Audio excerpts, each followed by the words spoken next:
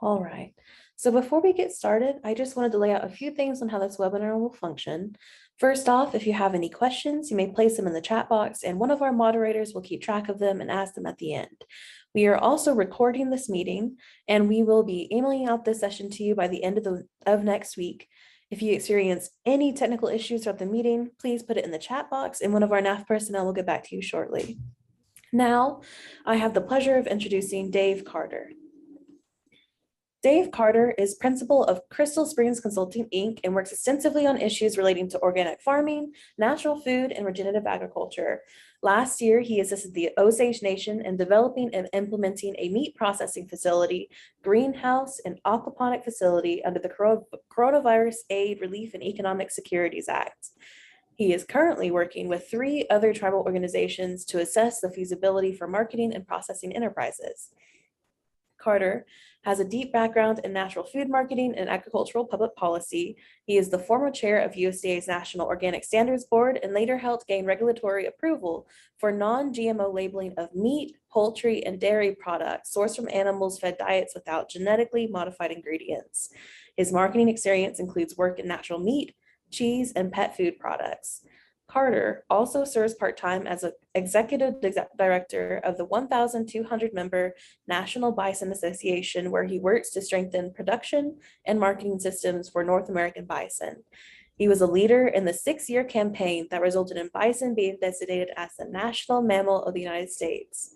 In 2014, he worked with the Intertribal Buffalo Council to establish a formal memorandum of understanding among the 2 organizations. Also, in 2014, U.S. Agriculture Secretary Tom Vilsack appointed Carter to the USDA Agricultural Trade Advisory Committee for Livestock and Livestock Productions. He was reappointed to the committee by Agricultural Secretary Sonny Perdue last year. Carter and his wife Sue are partners in a bison herd holistically managed on a 7,800-acre ranch owned by the Savory Institute in Eastern Colorado. Now, without further ado, thank you, Carter, for being here. I'll pass it on to you. All right, thank you very much. I need to shorten that introduction a bit, I guess. You gave the whole life history, but no, I really appreciate the opportunity to be here today and to talk about some of the market developments. And this is a webinar series that, working with NAAF, we're going to be doing on a quarterly basis, so that particularly grantees and tribal projects can take a look at some of the developments in the marketplace as we work to develop some of these initiatives, particularly around the concept of regional food hubs. So with that, we're going to cover a couple of things today. Is first of all, as we move forward in the marketplace, it's important to understand some of the long-term changes that are happening among the consumer population as a result of COVID-19. And so we're going to take a look at some of the research on those trends.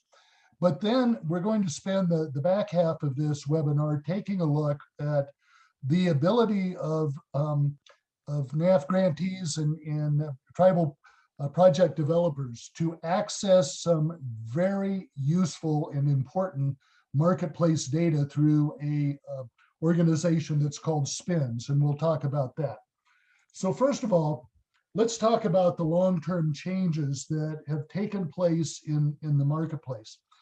And a lot of these are not really new changes because there's really been some fundamental changes that have been happening for the last several decades as people have started to connect diet and health or diet and environmental sustainability. But what has happened was, as we've gone through the pandemic, some of these changes have really accelerated in pretty dramatic ways. And so we want to look at some of that. So just as a top line, when the surveys that have been done lately shows that as people have really come through COVID and the disruption in their life as a result of the health concerns, but also in the marketplace, a number of things that have emerged. Number one is eating healthy is more important. And there's really kind of a dichotomy at work here because overall during the pandemic, people have recognized that taking care of their personal health is more important. Now, at the same time, a lot of folks, maybe including myself, have put on a few pounds because of the stress and some of that. But I think long term that people are recognizing that taking care of our personal health is something that we can control when there's all of these other uncontrollable factors. The connection between diet and the environment has become more important, is people are really consciously making food choices based upon the environmental impact. We've seen online shopping growing for years, but what happened during the pandemic is a lot of the demographic groups, baby boomers and some of the older consumers that never used an app to buy groceries before, begin to adopt that technology and to utilize it and feel now very comfortable with it. So it's growing. People became culinary experts during the COVID pandemic because they started cooking more at home, but experimenting with different recipes and using air fryers and sous vide and different cooking techniques. And they're not leaving that behind. Snacking is continuing to grow. It's what they actually call snackification is growing as a trend. And it's actually, for a lot of people, a couple of snacking occasions are replacing a meal occasion during the day. People's view of brands and what brands stand for is evolving. And people are not backing away from eating meat, even though we're seeing all of the plant-based, and this and that and the other that's growing. People are still embracing eating meat, but they're wanting to know more and more how it's raised and who raised it. And then people are losing their trust in the industrialized food system. And that is a huge one. Let's just start from that one at the back. For years and years, we have heard the conventional wisdom saying, well, if we're going to be more resilient and we're going to be more efficient, we've got to embrace consolidation and centralization in the food processing industry, particularly when it comes to meat. And I like to equate it as sort of the version of the Wizard of Oz, that the pandemic really ripped back the curtain on the fallacy of that conventional wisdom and showed us how fragile the meat system is. And we just saw these headlines of the impact that COVID had on workers and ranchers having to euthanize their hogs and flocks of poultry. And then it wasn't just COVID, but then we saw that we had the ransomware attacks that came in and shut down JBS. And I find it really instructional that yesterday, Secretary Vilsack came out and really targeted the consolidation in the meat industry as being a prime factor in terms of the escalation of prices. And so all of those, underlaid some changes that are ongoing. And some of that really came out in a recent survey that the Food Marketing Institute did in cooperation with what's called the Hartman Group. And they released this survey just a couple of months ago. It's a pretty thick survey that talks about all kinds of trends affecting the retail sector. But there were a couple of things that I found very instructive. Was one of the things is they asked, so when it comes to my health, I trust, and then fill in the blank. Well, if you look, family, doctors, and friends were 1, 2, and 3, not very surprising. But when you get down to number 4 on the list, it was farmers. And I would equate that to say farmers and ranchers. It's the food producers. And if you think about the reason for that is with the connection of the land, the connection with the animal, and what that means potentially for tribal producers in terms of that equity that the consumer has in terms of trust is very significant. You have to drop way down in the list before you find the manufacturers of the food processors. They're right under the federal government and above the news media in terms of the trust. And so to me, this is a huge opportunity for us to move forward with what I call the tribal brand equity, to build upon that inherent trust that the public has when it comes to their health.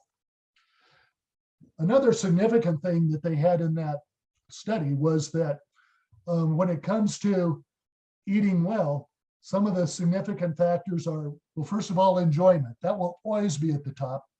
And particularly as we started to emerge from the pandemic, or at least before this Delta variant reared its head, was that people wanted to get back out. They wanted to eat food because it was an opportunity to have enjoyment and connection with folks that they hadn't connected with. So that's not really surprising. But when you go down, you say, okay, health. I want to eat nutritious food and beverages. And that declined a little bit coming out of the initial stages of the pandemic, again, because people wanted to get out and celebrate a little bit. But if you take a look that among the younger shoppers, those are huge trends. More than 2/3 or 3/4 of the millennials and Generation Z do that, as well as your baby boomers and older folks that begin to recognize what I eat is going to affect how long and how well I live. And then you go down in terms of food that was produced in an ethical way. That's one that really resonates with those younger shoppers, the Generation Z and the millennials, who are the new wave, who are going to be the next generation of, and already are, of the major consumers in the food marketplace. So to me, those are very two significant trends that we have coming out of the pandemic. One of the other things that I didn't include in the presentation here, when it comes to some of the things of the trends that I think are very helpful, but we've seen the quiet resurgence of the QR codes. And that ties into the online shopping and some of the other things. And it's sort of that mishmash little thing that, you know, has been around for over a decade that nobody ever used until the pandemic hit. And then all your restaurants had QR codes for their menus and those type of things. And we're really seeing the QR codes have grown in popularity. And to me, that's a significant development because if we have a branded product out there and you have a QR code on it that somebody can just click on, that's a way to tell the story of who produced those products and how they were produced. And so that's something that I think a lot of tribal projects really need to look at as they go forward. Now, to pivot a little bit, is that we've got the, what I talked about at the beginning was the SPINS data portal. SPINS has been around for years. It's an online tracking service that mines data from the retail sector in terms of what products are doing, which ones are growing, which ones are shrinking, how did an individual brand grow year over year. And SPINS came about primarily to focus on the natural channel, on the natural food stores. But about 2 years ago, they partnered with IRI, which has done that kind of data mining for years in the traditional grocery sector. And so together they can track the brand performance in the retail environment. And as we move forward to develop tribal projects, it's an opportunity to take a look at who's in the marketplace and what positioning is working, what's not working, and how can we develop our brands to work against that or work to build in the marketplace. So I talked about the natural enhanced channel. So, you know, some of the example retailers that they have are natural grocers or Sprouts farmers markets, the natural co-op grocers, which serves a lot of the independent things like PCS co-op and La Montanita and those type of things. And so they not only can take a look at this data on a national level, but we can break it down into the regions that they have there and see how things are performing on a regional basis. When it comes to the conventional channel, again, some of the brands or some of the retailers that they track are Kroger, Publix, Albertsons, Sam's Club, Target. And again, to be able to break some things down on a regional basis. And not only to be able to do it on a regional basis, but as we'll look forward here in the webinar, we can actually get down into some individual marketplaces and see how things are tracking.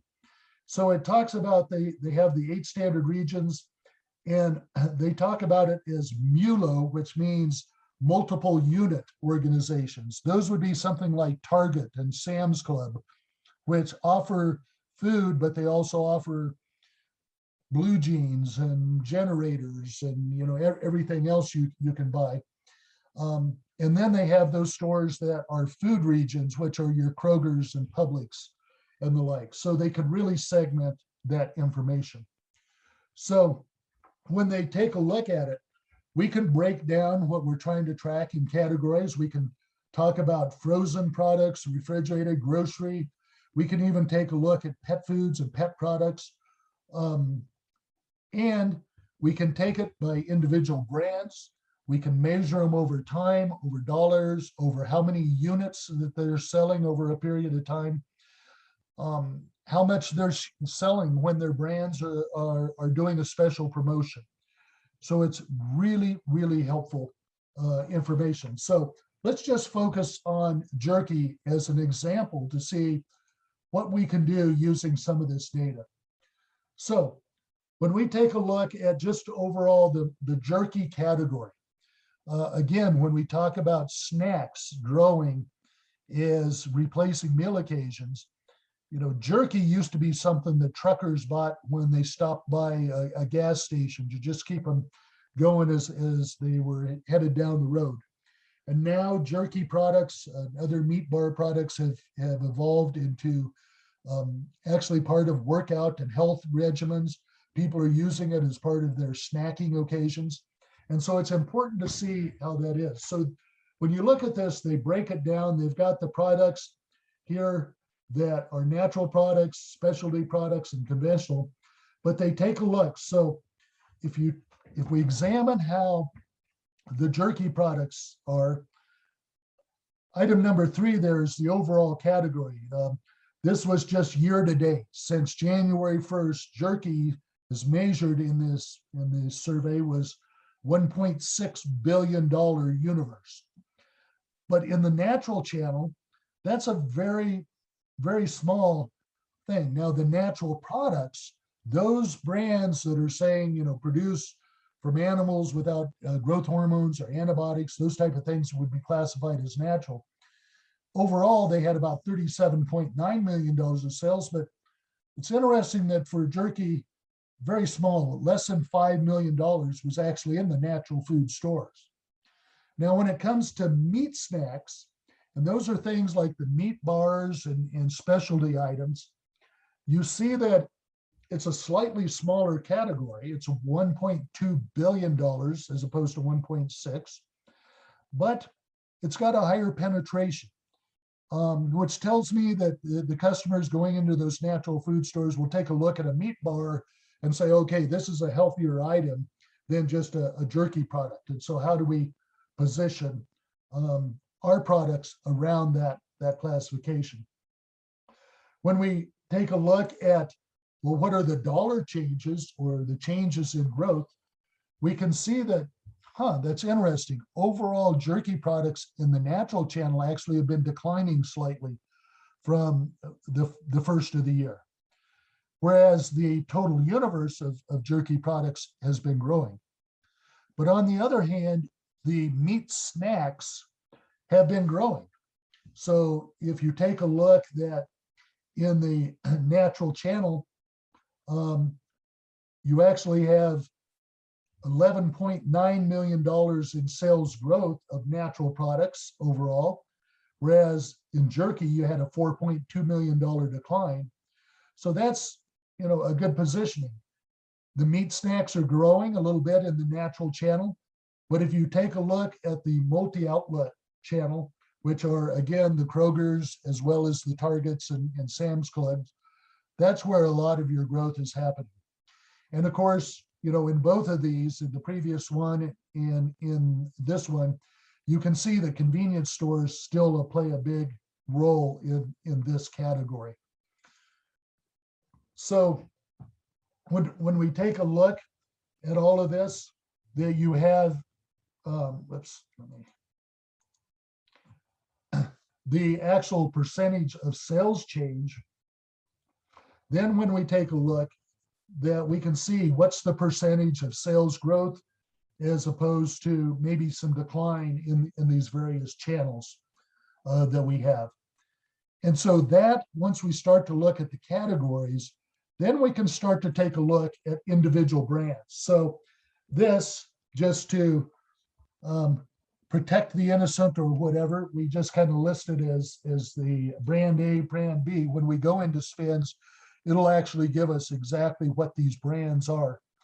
And so we can tell that, one particular brand in the combined channel overall, we had over about $80 million in sales, whereas their next larger competitor was down less than 20 million. So you really know that, okay, in this particular market, there's one brand that dominates, and we can start to look at that brand and see, what was driving that. When we take a look at the natural brands, again, and most of those are being sold in the combined channel, so that's why I broke that out. Again, you had one brand that looks like they're at about $13.5 million in sales, whereas their niche competitor was a little over $5 million.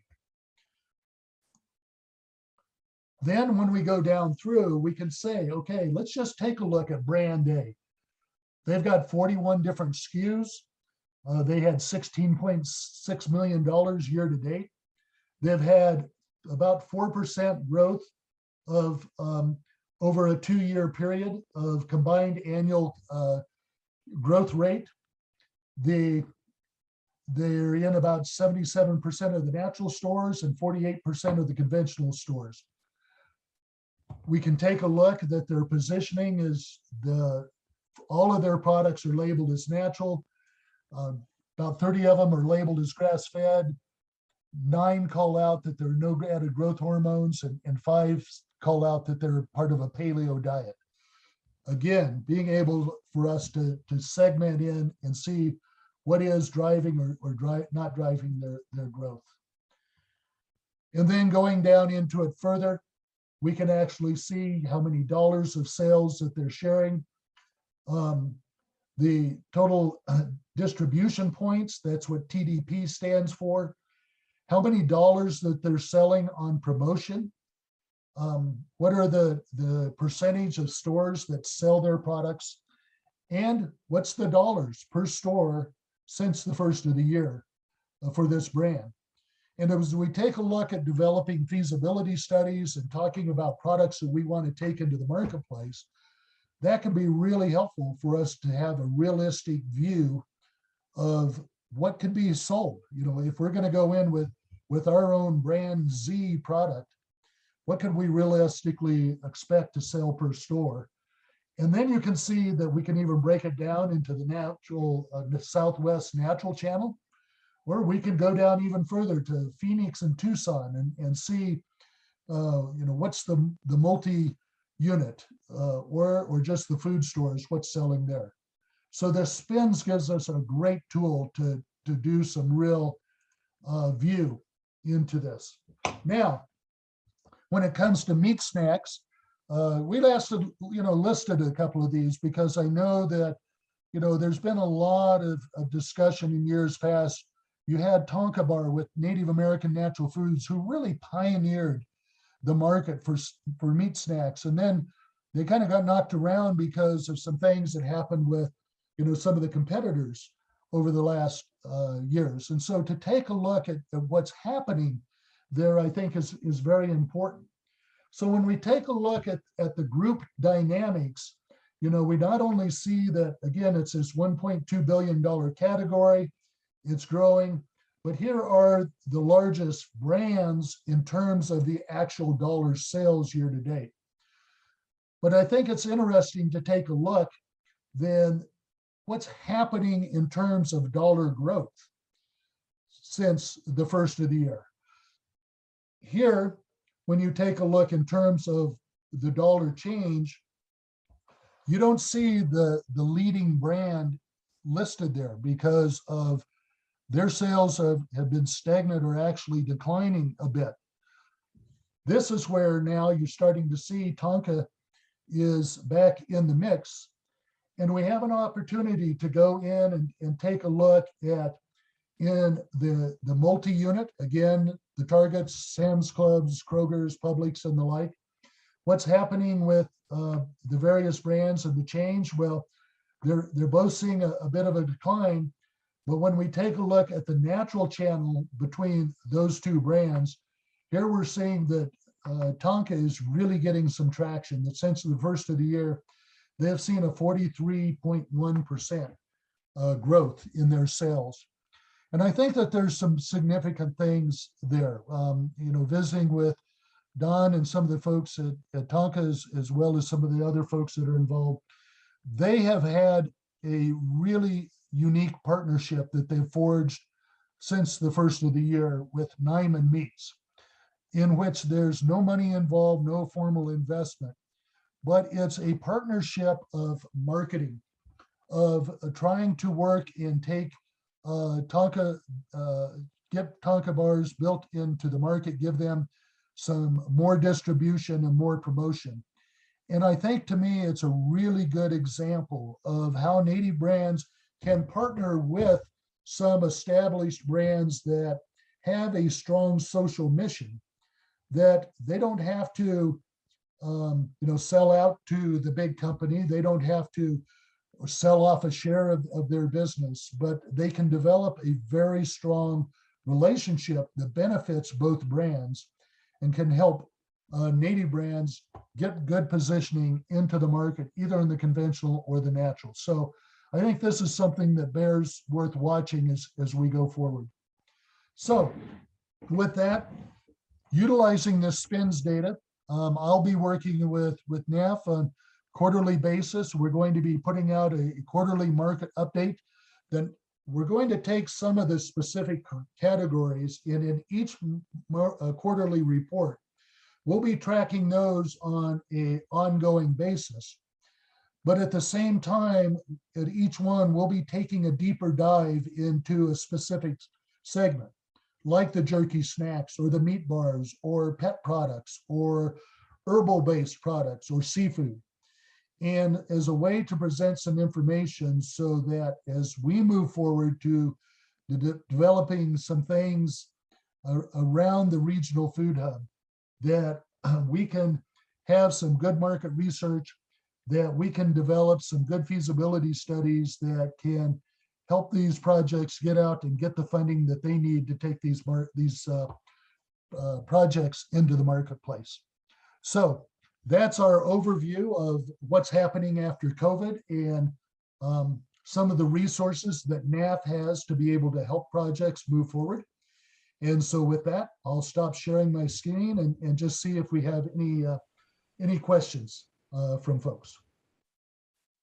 Great, and thank you. If you want to submit your questions to the question box, I do have a couple of questions, Dave, if you don't mind. I know Sure. earlier you had mentioned about building this tribal brand equity. And what are some ways you think that tribal producers can capitalize on continuing to build that trust? And what should producers be prioritizing in that area? Well, I think one of the things that is important is we need to do a little bit more research. I think that there's a real assumption that consumers, when they think about native producers, they're talking about that relationship they have with the animals and that relationship over thousands and thousands of years with the land. So there's, I think, a need for us to do some deeper dive consumer research, focus groups and the others of what sort of imagery can help us evoke those type of things with the public if we go forward with the brand. If we're going to have a product and we have a panel on there that's going to have our product characteristics on it, we only have so much real estate, so to speak, to tell that message. So that's an important one. And then the second thing is authenticity. There is so much, I think, mistrust among consumers over what we've called greenwashing through the years of big companies, getting a message out there about their commitment to regenerative agriculture or animal husbandry. And you've just seen in this last week a lawsuit that's moving forward against one of the major meat companies because of their promotion of, quote, humane animal treatment and the like, and people are starting to question that. And so, it's a twofold. Number one, what can we say in terms of our message? And number two, how can we back it up so that those consumers can really trust that we're walking the walk and just not talking the talk? And again, getting back to things like QR codes and the others are tools for us to be able to tell that story. Great, thank you so much. I think we have another question here. So how can this type of information be used when accessing capital? So in accessing capital, they're going to want to know, okay, what is your business plan and what are you projecting in terms of your market penetration over a 3-year period? What's your 3-year, growth plan? And this information then can help projects really develop some reliable information saying, we're going to position ourselves in relationship to this particular brand. Our messaging is going to be a little different. Our products are going to be a little different. We think that we can then compete against this brand. This brand, though, has got a certain amount of penetration in these markets. This is how much they're selling. This is how much they've grown. So we have a realistic business projection of what our brand can do in the marketplace. That type of information is really important to give yourself credibility when you're going in to visit with lenders, and for them to know that you're not just pulling figures, out of the sky or using best case, optimistic, rosy projections on that growth. Actually helps you quantify the basis of what you're building those business plans around. Okay, that's helpful. I thought it was really interesting. You had mentioned the development of partnerships between like tribal brands and other brands. What does something like that, for example, using the Tonka example and that partnership, what are some of the benefits of that and how does that partnership set up? And can you give a little bit more detail about that? Yeah, I think, when you take a look at it, what Tonka has done with Nyman is you're talking about companies that they're in similar product markets, but they don't have similar products in those markets. I mean, they're both meat-based companies. Nyman has evolved for years on its sort of pioneering of humanely raised meats. They were early on Chipotle. They were, helped bring Chipotle, elevate them as a restaurant brand that was committed to humane husbandry. And now, even though Nyman is owned by one of the, the large poultry, primarily poultry companies, but they've been able to operate independently. And what they're doing is to keep their independence is making sure that, they can stay true to their mission. Well, that, partnership with Tonka is a way for them to demonstrate that they're staying true to the mission and they're not just greenwashing. For a small brand like Tonka that doesn't have the resources, doesn't have the national footprint of a marketing in consumer research thing, they can really take advantage of some of those resources and build their brands.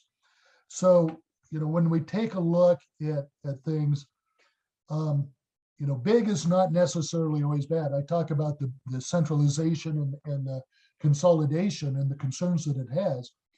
But there are some companies out there that have grown because they have been true to their mission and have tried to grow in a different way rather than just greenwashing. And so we just have to pick and choose how we build those partnerships as we go forward.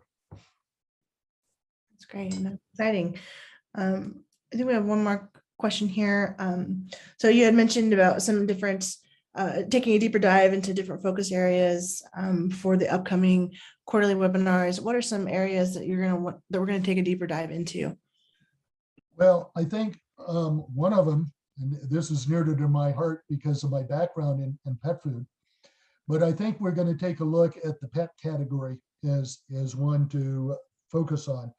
And that's because when it comes to, if we're developing some meat projects, multi-species or otherwise meat projects, as well as seafood projects, it's utilizing the whole animal. And so the outlet that we have for pet products is really important as a potential alternative to make sure that, and I always use beef or bison as the example, that we don't have to get all of our profits from the tenderloins and ribeyes. That if we're able to utilize that whole animal, that's something for us to succeed. But it's also an opportunity because the evolution of pets, Fido doesn't sit out on the front porch and protect the house anymore. Fido's in bed with mom and dad. They become part of the family. And so again, that tribal brand equity is an opportunity. We're going to take a look at seafood because of a lot of the work of tribal projects along the coast. And what are the opportunities for us to build those products? And then take a look at some of the things for herbal products, a lot of the traditional plants that have been used, and what are we seeing and develops in terms of herbs, of teas, of personal care products. So those are, I think, 3 of them that we'll focus on moving forward. Thanks so much, David. I know that people will be able to find information about that on the NAAF website as well, and then on our social media. So I encourage people to get signed up to follow along, and we'll be sending out registration links for those upcoming webinars. But I will actually turn it back over to Gabby. Yes, thank you all so much for joining today. And so kind of just like what Winnie had just said, we will also be sending out this recording to all of you guys. We'll be putting this on our social media. Our next projected webinar date will be somewhere around December. And so if there are any additional questions that we haven't been able to get to yet, go ahead and stay on this call. But this is technically the end of the webinar. And thank you for joining today. Thank you, Dave. All right, thank you all.